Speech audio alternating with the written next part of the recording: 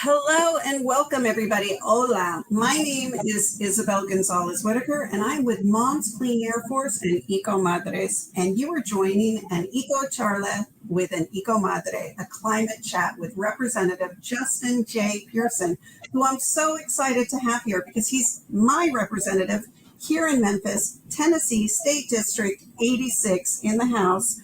Yay. I'm so excited. We are thrilled to be talking to you today. We want to touch on some of your history as a community organizer, specifically the work that you did with the community stopping a 45-mile long crude oil pipeline that was going to go through a historically marginalized neighborhood here in Memphis that would have polluted the water, polluted the air, and driven extremely negative health outcomes for a community that does not deserve to not have justice in every breath. We are also very familiar and proud of your work standing with the victims of gun violence in Nashville. And really, I just want to take this opportunity to thank you, Representative Pearson, for always centering your policy and your work on the well-being and health of children everywhere.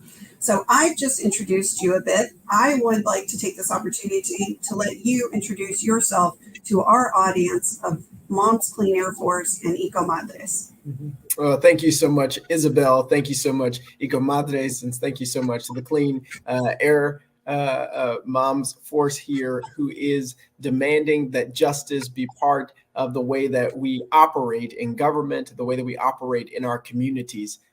I've been really fortunate to serve District 86 before being elected, and to your point, stopping a multi-billion-dollar crude oil pipeline and a community effort, because we deserve clean air, we deserve clean water, we deserve clean soil, and our communities have been denied access to that, particularly our Black, our Brown, and our Indigenous communities since the founding of this country. The inequity that has been institutionalized continues to hurt and to harm us. And in this moment in time, we have an opportunity, a responsibility, and an obligation to change that. From our community organizing to the work at the local level to the work that we do at the state level. I'm just really glad to be here to talk about that. Well, we're glad to be walking this journey with you, Representative Pearson. So thank you for giving voice and action to the issues that are most important to us as we face climate change head on. I want to go back a little bit. I would love for you to share with us, what is an early memory that you have? So much of the work that we connect with in our careers and our professional lives are rooted in an early memory. And I'm curious, what is an early memory for you around the environment, around the beauty of the natural world growing up here in Memphis? Yeah, I mean, I am fortunate. I'm from Westwood in Tennessee, where both of my grandmothers lived. I love them so dearly. They were the matriarchs of our family, and they instituted a sense of place, which is so important for any environmental justice fight, is to be connected and is to be rooted to the places where we come from, the places that we call home. You know, one of the kind of fondest memories that I have is actually my aunt and uncle being on the street outside on the 4th of July. They were a little younger then, racing down the street on Masterson. And our entire family was there. And what it does and what it reminds me of is these places, even after time has passed, my grandmothers, unfortunately, both have passed on from having cancer. You, that a lot of the air that is in the air reminds me that even as time passes, those places still hold value. They still hold the stories of our families. They still hold these memories for us. And for me, that connectedness to Westwood and to my community is something that has never left. That's beautiful. You know, one of the things that I think that you have provided for the community that you fought so hard for against the Byhalia pipeline are those memories, right? Memories that are going to be preserved in the natural world, undisturbed as much as possible. Tell me, what did you learn about yourself in that very lengthy, very multi-stakeholder, multi-community coalition building movement? You obviously found success, but what did it mean to you personally? And what did you learn about what you're capable of? I mean, what I learned is that we have the power to win. that our communities that build multiracial, multi-ethnic movements toward justice can be victorious in developing what Heather McGhee calls the solidarity dividend. Our communities that have been overlooked and have been deemed less powerful or voiceless do have power. They do have a voice that can demand change, and that when we work together, when we fight together, we have the capacity to win. When I think about my own personal journey, I do think about feelings of, inadequacy, that the task was too big, and the reality that my community lifted me, my family lifted me to believe in my own ability that we could be successful. And I think in these movements, it's really important that we realize that we all do have the capacity to create change. We all have the capacity to stand up for what we believe in. We all have the capacity to lift up the issues that are negatively impacting our community, to make sure that the people who are being hurt the most are elevated. Like, that is something that exists within each and every one of us. It's not something that's innate or something that's special about the leaders of the movement or the elected officials. We all can do this. And in reality, for us to create the change that we need to see for a cleaner climate, for a cleaner air, for us to breathe, it is going to take all of us being all in to create that transformation and change.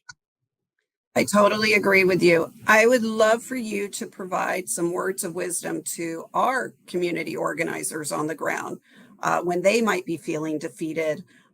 Even anything that you might have that's tactical or strategic, whether it's developing your own sense of resiliency for the path ahead, or actual strategies for engagement, and this movement of people power that you have built, and is so foundational to your work. If you can distill some lessons for our community, I'd be grateful.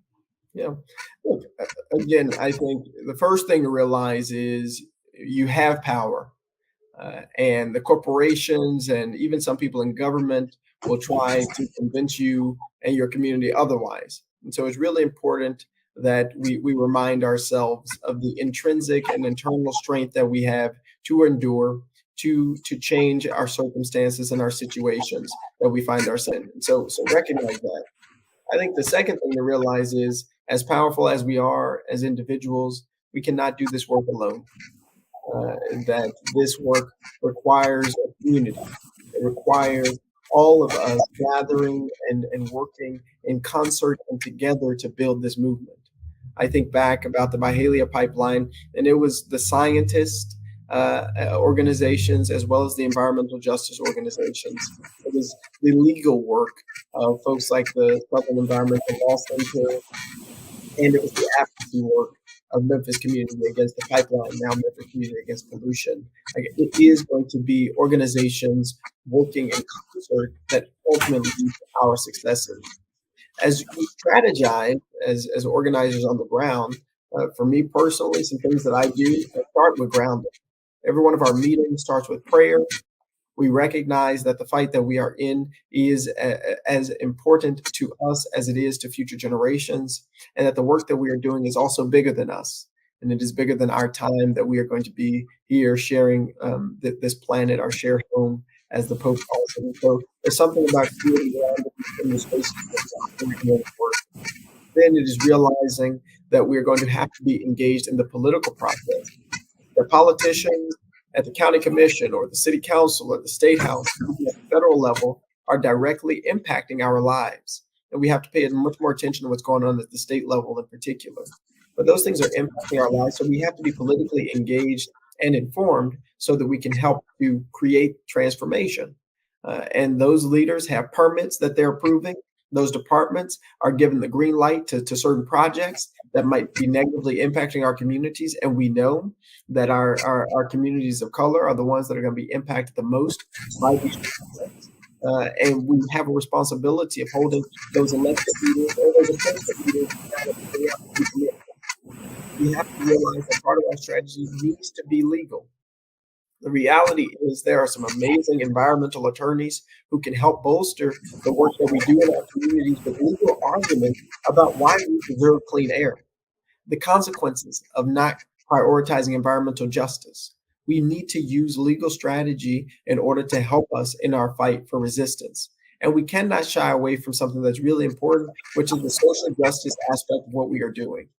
Speaking to the historical reality of discrimination and of injustice of our communities is not wrong, is not bad.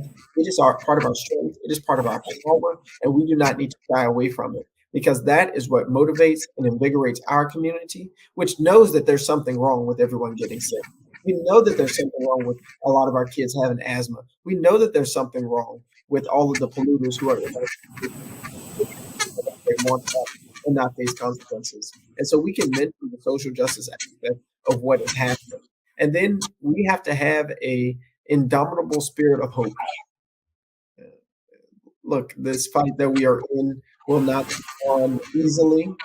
It will not be won in the next month or the next year. It won't be won because of the next administration or this administration.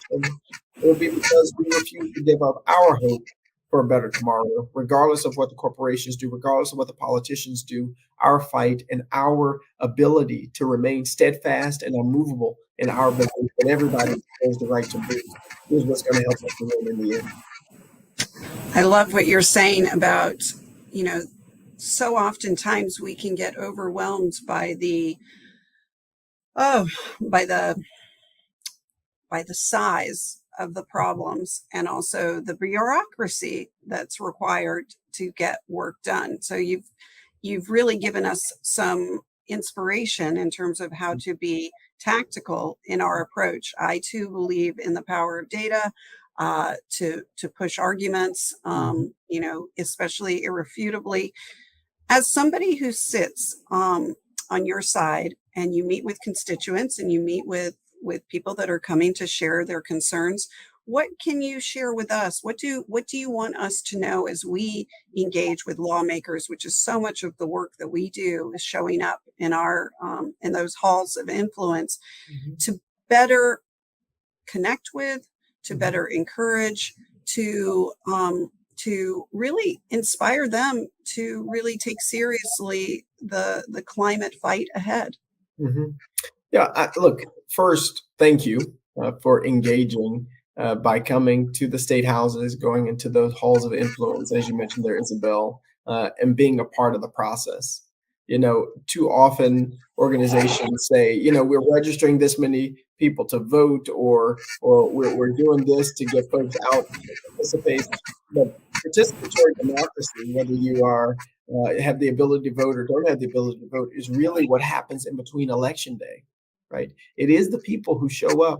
It's the people who speak up. It's the people who hold signs, who wear the red shirts, right? That really do create a change of mind and ultimately a change of heart in elected officials. And so as you all do this work, I think just a couple of things. One is working with these reps, realize that the elected officials need more empathy. The lack of awareness, the lack of knowledge about this particular issue as it relates to climate, as it relates to environment, as it relates to air quality is real. And a lot of them are operating from a significant deficit in understanding. And so I would not go in with the expectation that they understand the issue. So I would go in with data, with information, and also with stories.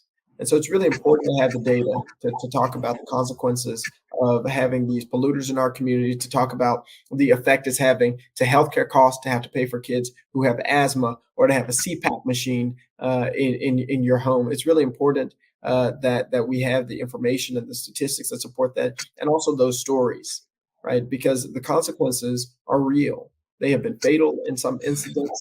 They are real in the amount of children, Black and brown children who are missing school because they're having to go to the doctor in order to get the lungs taken care of.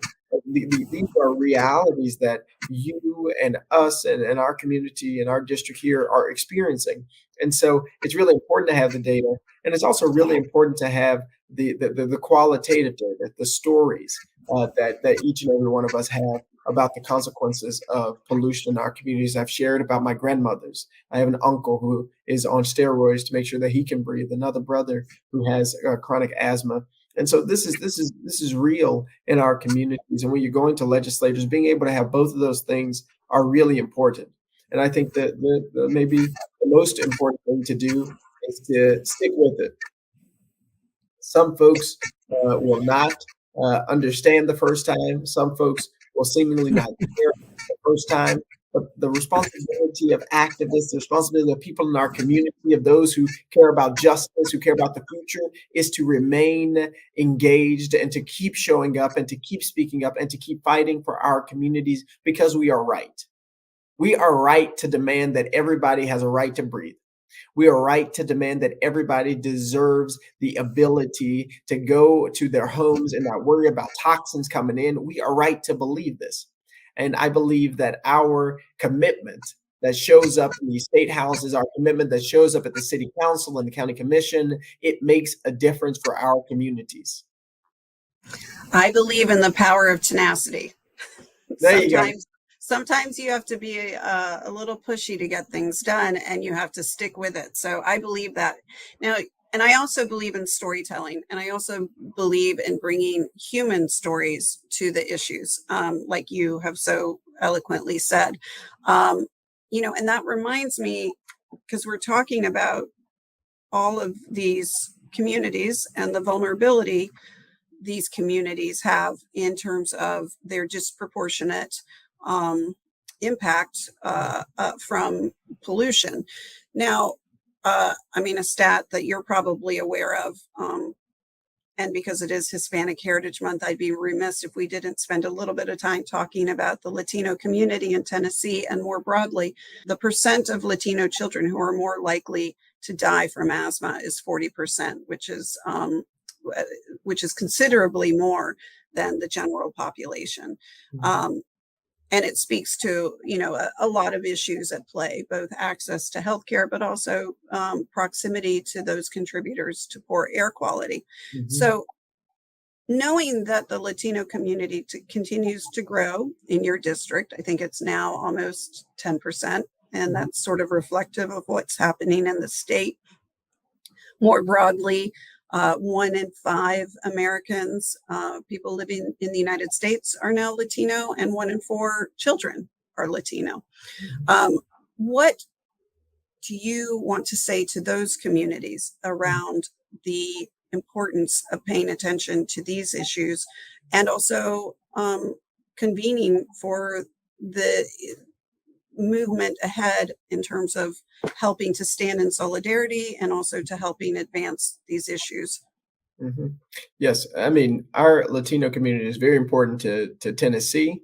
It's important to our country's ability to operate, and our Latino community is suffering from systemic racism and systemic injustices that plague people of color in our country and in our state as well. And I believe the responsibility that first those who are elected have is to make sure that we are getting proximate to our Latino community, that we are doing everything that we can to understand these statistics better and the consequences. What we know to be true, and what you've already mentioned, was that our Latino communities are also on the front lines of environmental injustice fights, on the front lines of polluters being in their communities. And we have to do everything that we can to build power together. And so I think the work as we look ahead and as we think ahead is to build that solidarity and the recognition that for our Black communities to understand that the Latino community is experiencing very similar challenges, and that socioeconomically oppressed people who are Latino, who are Black, who are white, have much more in common than those who are seeking to do our community harm, and that we have to work collaboratively together to change this. That is not going to be one individual or one group that's going to do it. It's going to be how we work and combine our efforts. And I think when it comes to our Latino population growing in this state and across the country, we have to do an even better job at being more inclusive in the conversation when we talk about the issues of environmental and climate justice. And I do believe in the South in particular, the Latino community has been left behind in that conversation. And now is a moment in time for us to make sure we're reprioritizing the voices of our Latino community, and that everyone here in Ecomadres is showing up and demanding meetings with the state representatives, demanding meetings with the city, demanding meetings with the mayors, in order that your perspective and the perspective of this organization gets heard. Well, I know that we like to hear that at Ecomadres and at Mom's Clean Air Force. We also like to say that we're fighting for justice in every breath.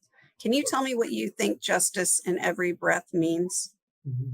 Justice in every breath means that every child, every parent, every person, every grandparent is able to wake up in the morning and breathe freely, not worried about the toxins or the pollutants that might be in the air, not worried that this breath might contribute to cancer, not worried that this breath might lead to some tragic illness or trigger something within them that leads them to the hospital. Justice in every breath means truly that the idea of justice for all extends to our health and to our lives and to our ability to live full lives that God's intended for us to live. Thank you so much, Representative Pearson, for your time today. I'm so excited that we get to share your voice with our community. We asked you to select one of our petitions to recommend to our followers to sign, and I did notice that it was the one that was very much localized to governors. So we hope to send strong messages, to your point, to not just the influencers at the federal level, but the influencers in our backyards. So encouraging everybody who's watching, you'll see a QR code in a minute pop up about that petition. Please sign, have your voice heard. It's super easy. And there is power in the collective, as we've learned today. And also learn more about what we do at Mom's Clean Air Force and Ecomadres, and follow the work of Representative Justin J. Pearson as he fights for justice in every breath. Thank you. Thank you. Gracias.